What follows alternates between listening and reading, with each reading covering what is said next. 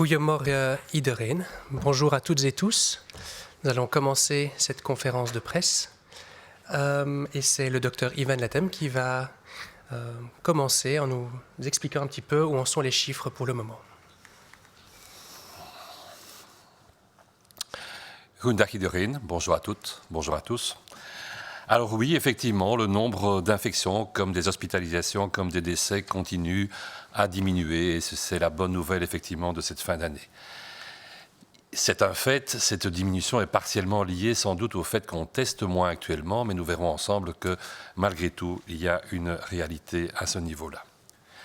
Si on s'intéresse aux chiffres, comme sur la première diapositive, on voit que la semaine dernière, on a une moyenne de 1801 nouveaux cas par jour qui ont été rapportés. Ceci est une diminution importante de 29%. Alors c'est vrai, il y a également une diminution du nombre de tests qui ont été effectués, puisque c'est une petite trentaine de milliers de tests qui ont été faits en moyenne chaque jour, ce qui est une diminution de 13%. Et donc on a moins 29% sur le nombre de nouveaux cas, moins 13% seulement, si on peut dire, sur le nombre de tests effectués. Par ailleurs, on a également une diminution du pourcentage de tests positifs. Elle est très légère, il faut bien le dire, mais elle est constante. Et on part de 7,6% il y a une semaine pour avoir 7,2% actuellement. Cette diminution de nouveaux cas est réelle dans toutes les tranches d'âge, dans toutes les régions et également dans toutes les provinces. Elle est la plus importante chez les enfants de moins de 10 ans, où elle chute de 40%, suivie des plus de 90 ans, donc à nouveau les deux extrêmes des courbes d'âge, avec moins 45%. La plupart des cas se retrouvent dans les tranches d'âge de 20, 30 et 50 ans, ces trois tranches d'âge représentant chacune 15% du nombre de nouvelles infections. Au niveau des hospitalisations, nous avons également une diminution, comme on le disait en en-tête, avec actuellement 158 nouvelles hospitalisations par jour, ce qui est 14% de moins que par rapport à la semaine précédente. Ceci nous amène à avoir actuellement hospitalisé 2423 patients, dont 499 le sont aux soins intensifs. On est donc toujours là devant une diminution de 5 à 7% selon les points considérés. Au niveau des décès, nous déplorons actuellement en moyenne 77 décès par jour, ce qui est une diminution de 18% par rapport à la semaine précédente. Et donc cette courbe, elle aussi, va toujours bien dans la bonne direction.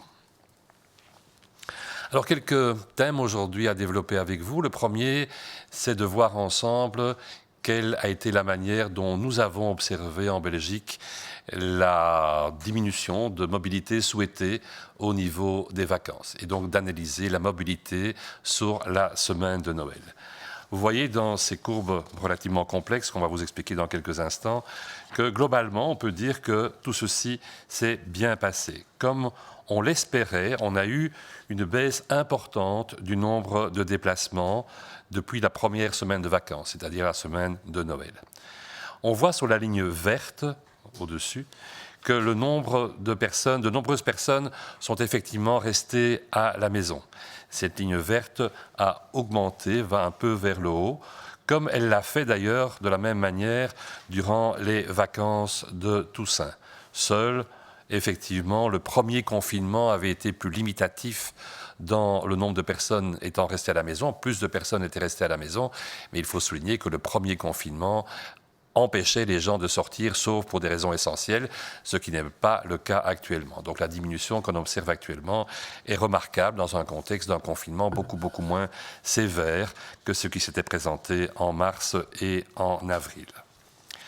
Jusqu'à la veille de Noël, nous nous sommes cependant déplacés plus, ce qu'on pouvait s'attendre d'ailleurs, soit pour faire des courses qui repris sur la ligne en orange, mais par contre, nous avons diminué nos déplacements pour le travail, ce qui est relativement logique à cette période, mais aussi pour les loisirs.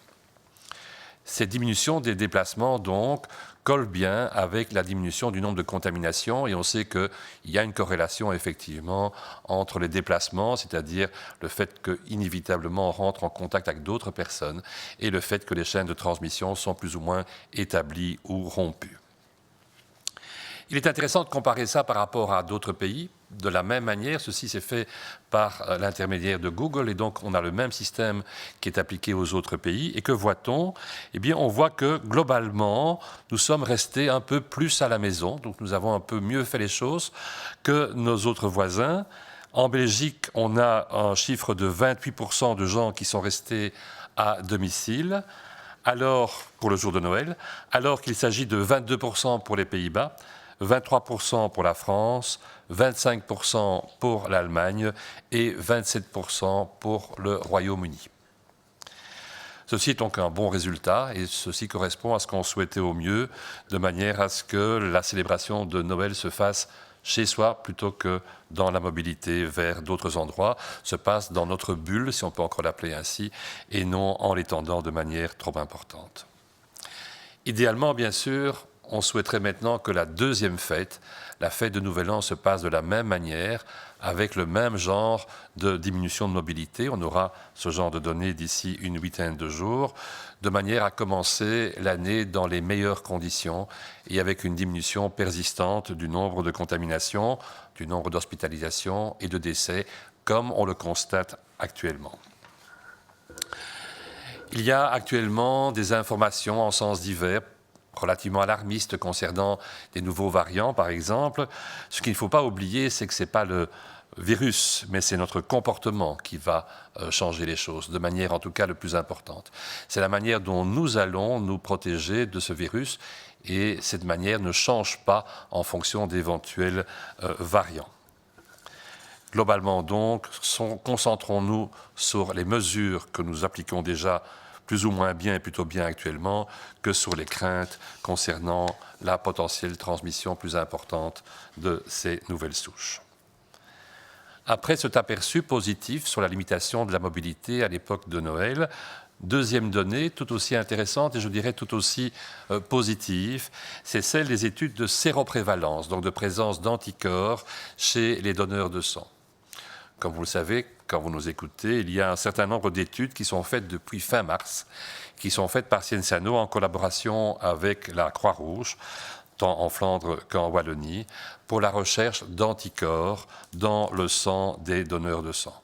On l'a déjà dit, le donneur de sang n'est pas tout à fait le Belge standard, il y a certaines limites d'âge, il faut être en bonne santé globalement parlant, mais il reflète relativement bien la situation de la population qui est en bonne santé. Les derniers échantillons qui ont été prélevés datent de fin novembre et donc ils reflètent ce qui s'est passé à la mi-novembre. Et à la mi-novembre, comme vous le savez, nous étions effectivement dans cette deuxième vague ou dans la partie déclinante de cette deuxième vague. On sait qu'il faut effectivement 2 semaines entre l'infection et l'apparition des anticorps. Et donc ce qu'on voit dans le sang de fin novembre, c'est ce qui s'est passé avant la mi-novembre. Il ne faut pas oublier aussi qu'au niveau de la Croix-Rouge, quelqu'un qui a été malade doit attendre 15 jours avant de donner du sang, donc il y a un délai qui est là présent. Il y a eu 16 000 échantillons qui ont été ainsi investigués, donc un nombre considérable. Et comme vous le voyez très bien sur la diapositive, nous avons une augmentation significative du nombre de personnes porteuses d'anticorps, puisque nous atteignons ainsi 14% des donneurs qui ont des anticorps. Ce 14%, c'est remarquablement 3 fois plus que ce qu'on avait au début de la deuxième vague. En septembre, nous étions toujours aux environs des 5% et ce chiffre était relativement stable depuis plusieurs mois à ce moment-là. Il y a aussi des différences frappantes entre les régions de ce petit pays qu'est la Belgique, puisque les donneurs de sang ont un taux d'anticorps, ont des anticorps présents dans 10% des cas pour les donneurs au niveau de la Flandre, dans 18% des cas pour les donneurs wallons et dans 26% des cas, donc 1 sur 4 au niveau de Bruxelles. Ces différences reflètent l'évolution que nous avons tous constatée lors de cette deuxième vague, où effectivement elle a été beaucoup plus importante et plus précoce d'ailleurs à Bruxelles et en Wallonie qu'en Flandre. Ceci fait atteindre à Bruxelles un taux de positivité qui est parmi les plus élevés des grandes villes en Occident. Troisième point, une étude parallèle qui est effectuée par l'Institut de médecine tropicale en coordination avec Cienzano et qui, elle, étudie la prévalence des anticorps contre le Covid dans du personnel de santé. Les travailleurs de santé, on le sait, sont potentiellement plus exposés puisqu'ils voient des malades et donc il est particulièrement important de voir comment la transmission se passe dans ce groupe de 850 travailleurs de santé qui sont ainsi suivis mois après mois. Chez ces travailleurs de santé, comme vous allez le voir dans la diapositive suivante, on remarque qu'actuellement, on a un taux de 17% qui présente des anticorps. Ce 17%, c'est 2 fois plus que ce qu'on avait à la fin septembre. Depuis le mois d'avril jusqu'au mois de septembre, en effet, on avait un taux d'anticorps chez les travailleurs de santé qui était un peu plus important que la population générale et qui tournait autour des 8%. Donc, on constate qu'à partir maintenant du mois d'octobre et lors de cette deuxième vague, le nombre de travailleurs de santé, comme le nombre de donneurs de sang, a vu son taux de personnes présentant les anticorps fortement augmenter de 2 ou de 3 fois, ce qui est le reflet de cette deuxième vague avec ces quelques semaines de décalage. Il est important aussi de se rendre compte que le nombre de gens qui, dans le personnel de santé, présentent des anticorps est remarquablement semblable à celui de la population générale. Ça veut dire que les travailleurs de santé qui maintenant présentent des anticorps le sont probablement pour les mêmes raisons que la population générale. Ils font partie de la population et qu'il n'y a pas de lien significatif à voir par rapport à leur fonction.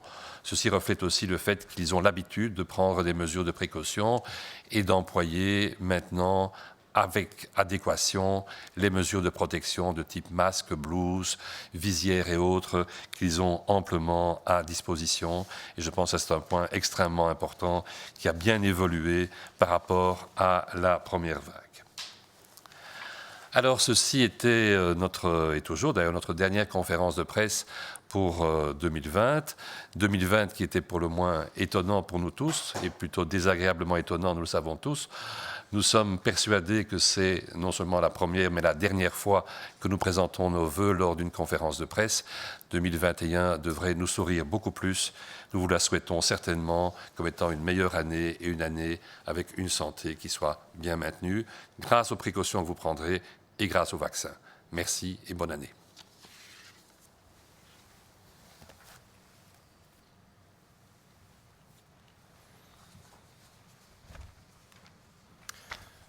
Goedemorgen iedereen, bonjour tout le monde. Het aantal besmettingen, ziekenhuisopnames en overlijdens blijven verder dalen. De werkelijke daling van het aantal besmettingen is vermoedelijk minder uitgesproken dan wat de cijfers laten uitschijnen, gezien er tijdens de feestdagen minder getest wordt, net als in het weekend. Desalniettemin mogen we wel degelijk spreken van een echte daling, gezien het aantal vastgestelde besmettingen een stuk sneller daalt dan het aantal testen. Het percentage positieve testen daalt ook nog lichtjes en ook het aantal ziekenhuisopnames daalt verder. De afgelopen week werden er gemiddeld 1801 nieuwe besmettingen per dag vastgesteld. Dat is een daling van 29% op weekbasis. Deze daling doet zich voor bij alle leeftijdsgroepen, in alle gewesten en provincies. Zoals gezegd is er ook wel een daling van het aantal uitgevoerde testen. De voorbije week werden er gemiddeld zo'n 30.000 testen per dag uitgevoerd. En dat is 13% minder dan de week ervoor. Ondanks dat er minder getest wordt, blijft het percentage positieve testen nog heel licht dalen. We zitten momenteel aan 7,2%. Een week geleden was dat nog 7,6%. Verder zien we de grootste dalingen bij de kinderen onder de 10 jaar, met min 40%, en bij de 90-plussers met min 45%.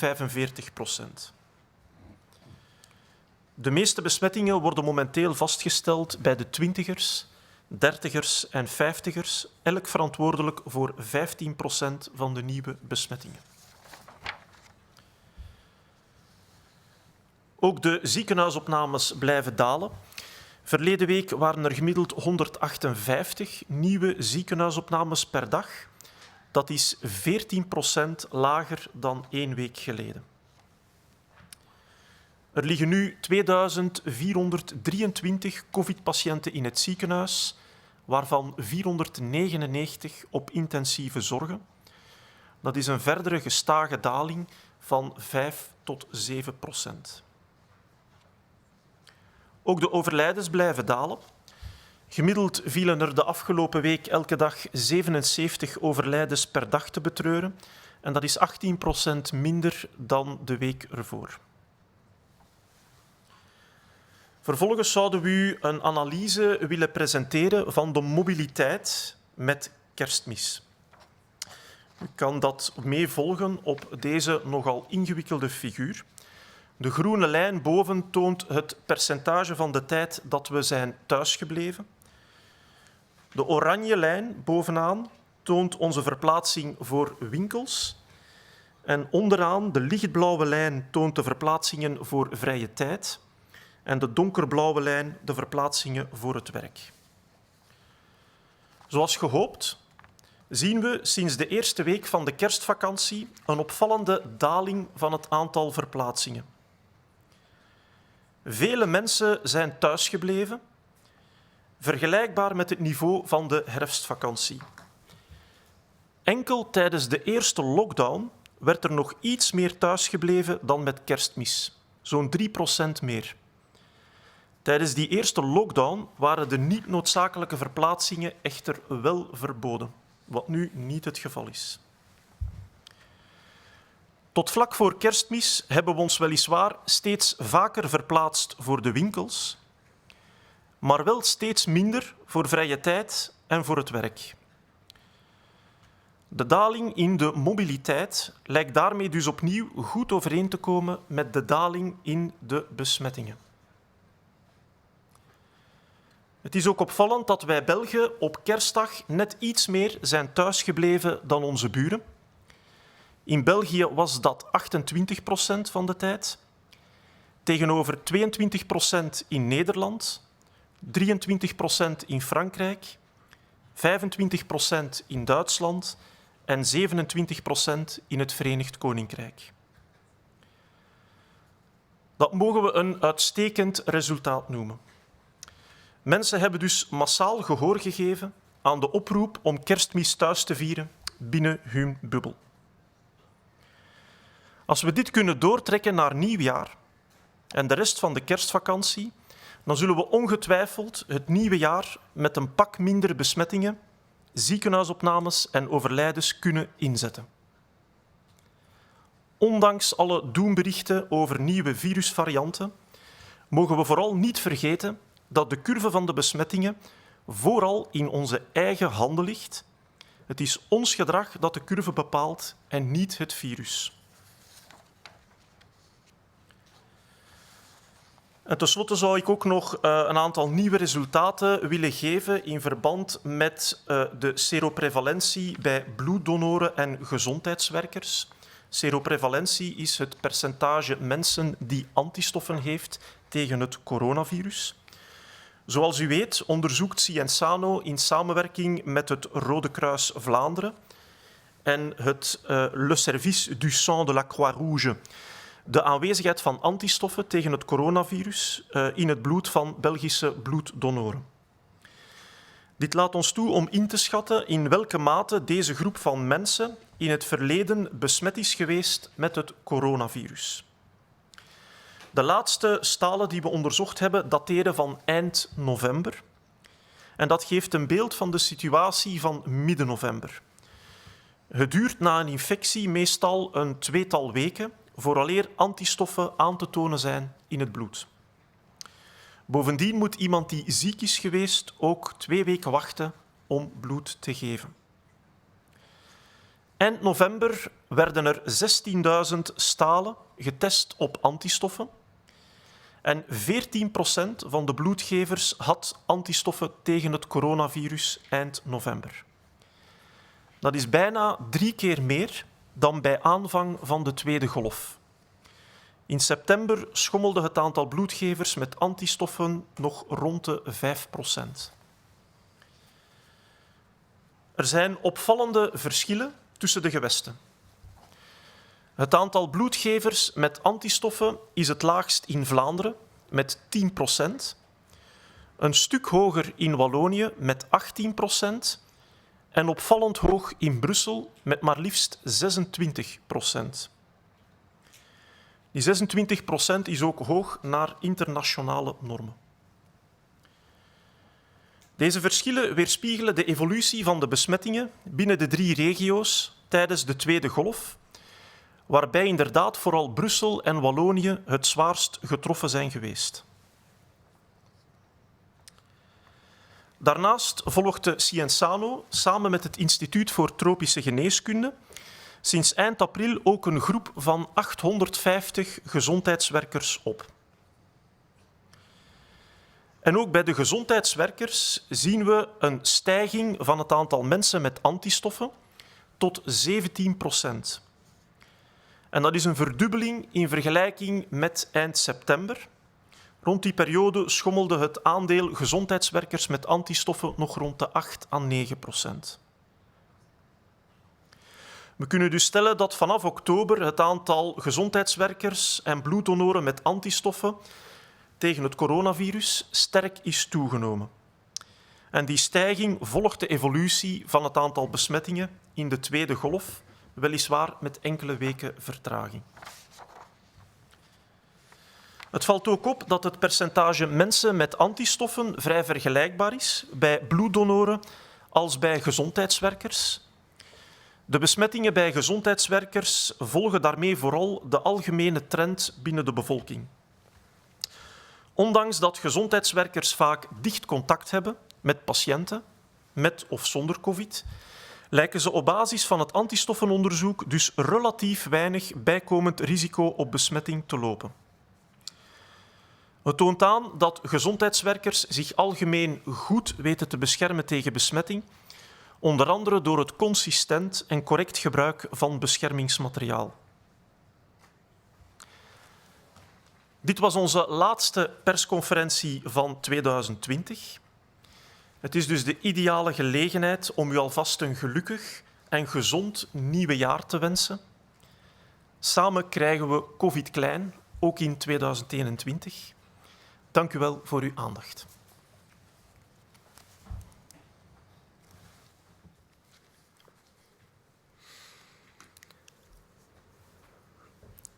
Demain soir, nous pourrons enfin mettre l'année 2020 derrière nous.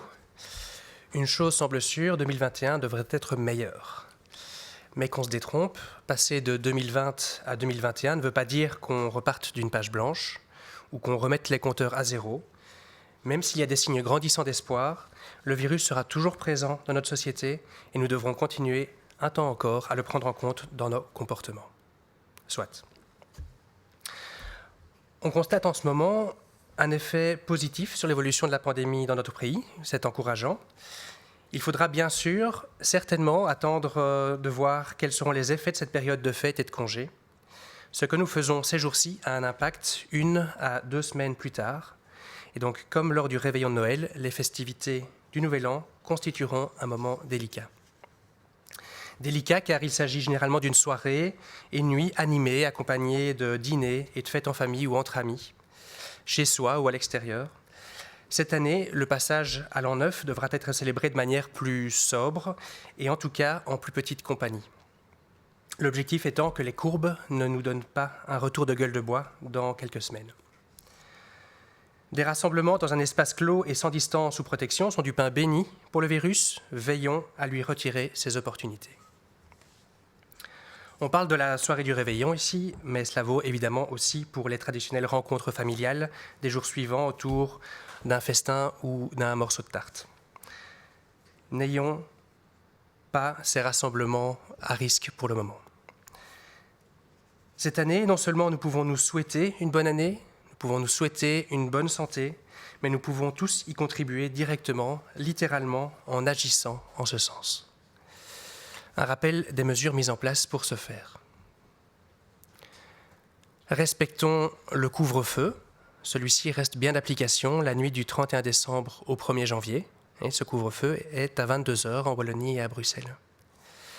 En ce qui concerne les rassemblements, vous le savez, à l'intérieur, un ménage peut inviter un maximum d'un contact rapproché, quel que soit son âge.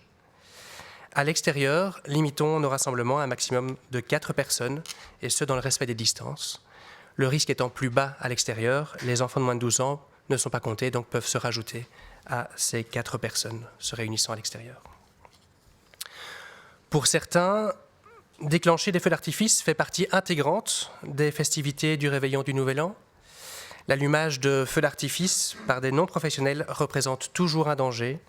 Chaque année, des personnes sont admises aux urgences pour des blessures résultant de l'utilisation de feux d'artifice. Toute hospitalisation doit être évitée, d'autant plus cette année. L'utilisation de feux d'artifice est aussi souvent liée à des rassemblements, des déplacements sur la voie publique, ou bien clore une soirée à minuit, alors que nous avons ici un couvre-feu. Pour toutes ces raisons, l'utilisation de ces feux d'artifice a donc été interdite cette année. Par souci de clarté, cette interdiction s'applique également à un petit feu d'artifice lancé d'une terrasse ou d'un jardin. Dans le respect de ces mesures, nous pourrons profiter de cette fin d'année en toute sécurité, en toute sérénité, et envisager l'année 2021 avec espoir. D'avance, nous vous souhaitons à toutes et tous une bonne année 2021 et une bonne santé. Merci.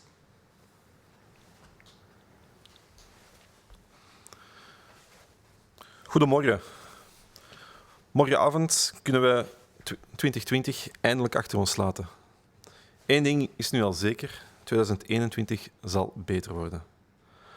Maar jammer genoeg kunnen we 1 januari niet volledig met een propere lei beginnen. We kunnen niet alles resetten. De coronacijfers zullen op 1 januari niet op 0 gezet kunnen worden. Ook al zijn er hoopgevende signalen, de komende maanden zal het virus nog in onze samenleving aanwezig zijn en zullen we ons gedrag hieraan moeten aanpassen. De kerstvakantie heeft tot hiertoe een positief effect op de evolutie van de pandemie in ons land. Dit is hoopgevend. Al moeten we wachten wat het effect gaat zijn van de feestdagen. Een cruciaal moment is dan ook de Oudejaarsnacht. Normaal gezien is dit een uitbundige nacht die gepaard gaat met etentjes, feestjes, onder vrienden, met familie. Dit jaar zal de overgang van oud naar nieuw eenmalig wat ingetogener en vooral in kleiner gezelschap gevierd moeten worden.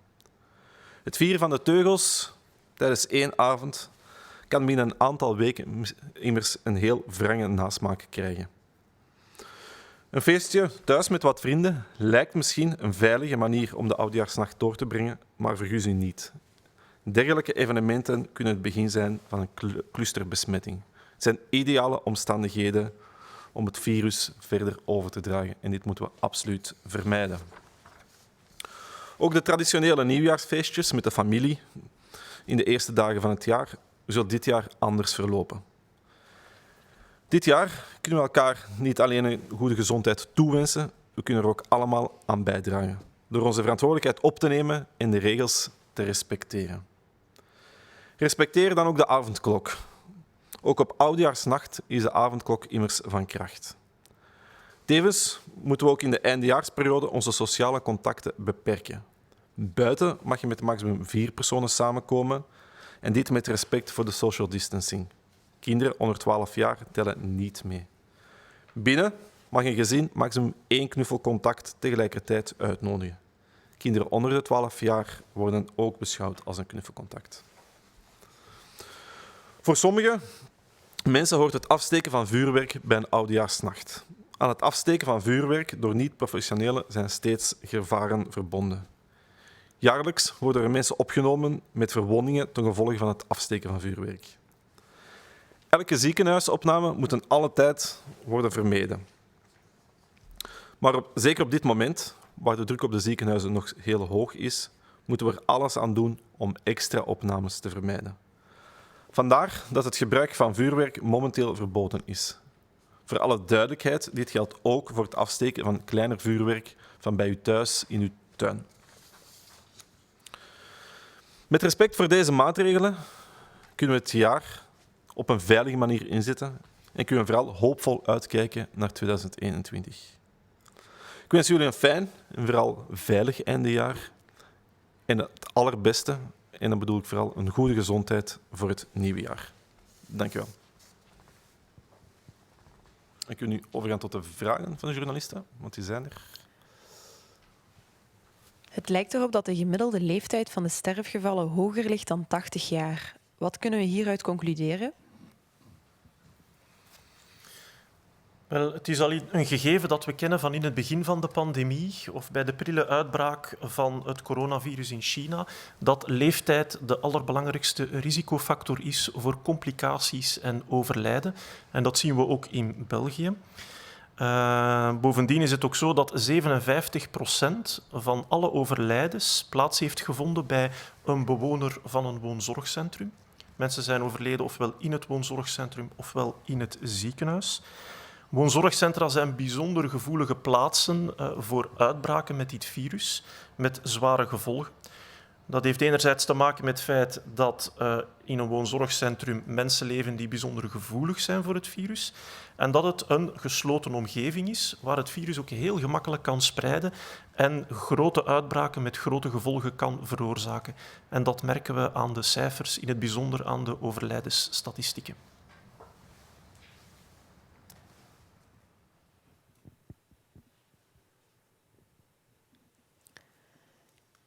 Il semble que la moyenne d'âge des personnes décédées soit de plus de 80 ans. Y a-t-il des conclusions à tirer de ces constatations? Alors cette donnée est une donnée qui est connue depuis le début de l'épidémie et déjà lorsqu'elle sévissait en Chine avant d'arriver chez nous et qui a donc été confirmée lorsqu'elle est arrivée sur le territoire européen en février-mars. L'âge est effectivement le facteur essentiel de risque de complications dans ce type d'infection et également de décès. Nous le voyons en Belgique comme nous le voyons dans les autres pays du monde. Il faut souligner qu'au niveau des maisons de repos et de soins, 57% du total des personnes décédées étaient résidentes de maisons de repos et de soins. Elles ont donc payé un tribut particulièrement lourd. Maisons de repos et de soins, tribut lourd, pourquoi? Eh bien, à la fois parce qu'elles concentrent des personnes âgées, d'habitude plus de 70-75 ans, des personnes qui ont souvent des comorbidités, qui ne sont pas en parfaite santé, qui ne parviennent pas à rester à la maison, par exemple, à cause de différentes pathologies chroniques, et qu'en plus, il s'agit d'un endroit où ces personnes sont rassemblées et dans lequel l'infection peut donc se répandre facilement. Tout ceci explique pourquoi, effectivement, les décès sont concentrés essentiellement sur des personnes de plus de 80 ans.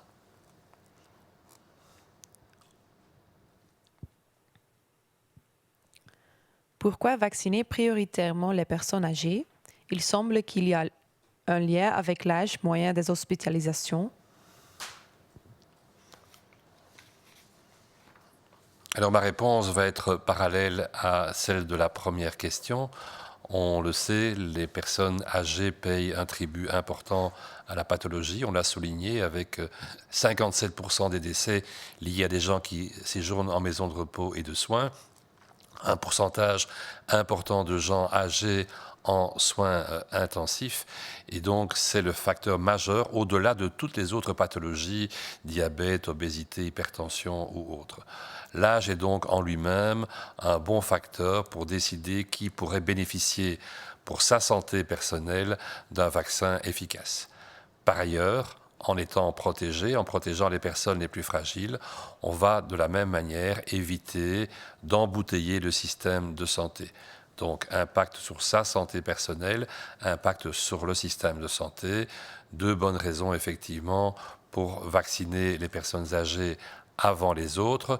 surtout que nous ne connaissons pas l'impact que le vaccin peut avoir sur la transmission. Et donc, vacciner des personnes moins à risque mais transmetteuses n'est pas actuellement une possibilité scientifiquement démontrée avec les vaccins dont nous disposons. Pourquoi commencer par les maisons de repos et de soins?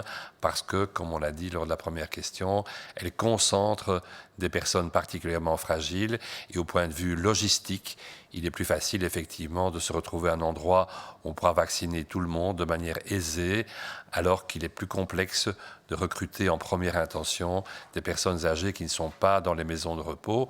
Ceci tout spécialement avec le type de vaccin dont on dispose actuellement et qui demande une infrastructure assez complexe à cause des frigos à basse température, rendant plus aisée cette vaccination dans des endroits concentrés comme les maisons de repos et les maisons de repos et de soins.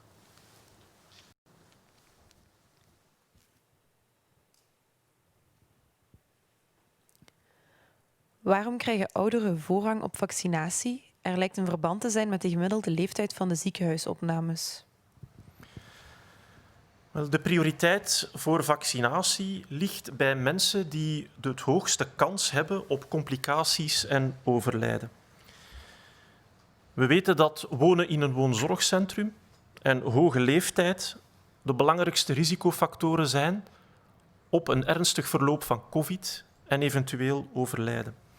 We mogen ook niet vergeten dat het beschermen van het zorgsysteem nog steeds de allerbelangrijkste doelstelling is van de beheersstrategie van deze pandemie. Overbelasting van het zorgsysteem kunnen we het best voorkomen door net die mensen eerst te gaan vaccineren die de hoogste kans hebben op complicaties en ziekenhuisopnames.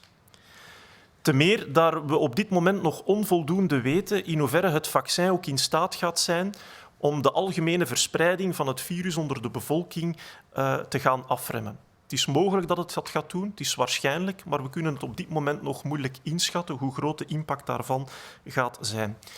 Bovendien zijn de eerste vaccins die op de markt komen, die RNA-vaccins, in het bijzonder het vaccin van Pfizer, vragen die een bijzondere manier van transport en opslag bij min 70 graden. En dat is niet zo evident om dat breed te organiseren.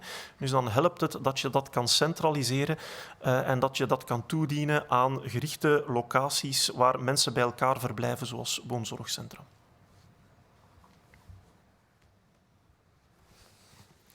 Goed, dat waren alle vragen. En dat was meteen ook het einde van onze persconferentie, van de laatste persconferentie van 2020. Ook volgend jaar, 2021, zullen we u blijven informeren over de stand van zaken van de pandemie. Blijven duiden wat de huidige maatregelen zijn. Dat zal niet meer op maandag zijn, maar op dinsdag.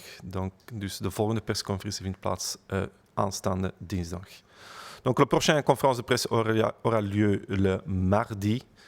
Et pas le lundi. Ik wens u allemaal een prettig eindejaar, een veilig eindejaar. En dan zien we elkaar dinsdag terug voor de volgende persconferentie. Dank u wel.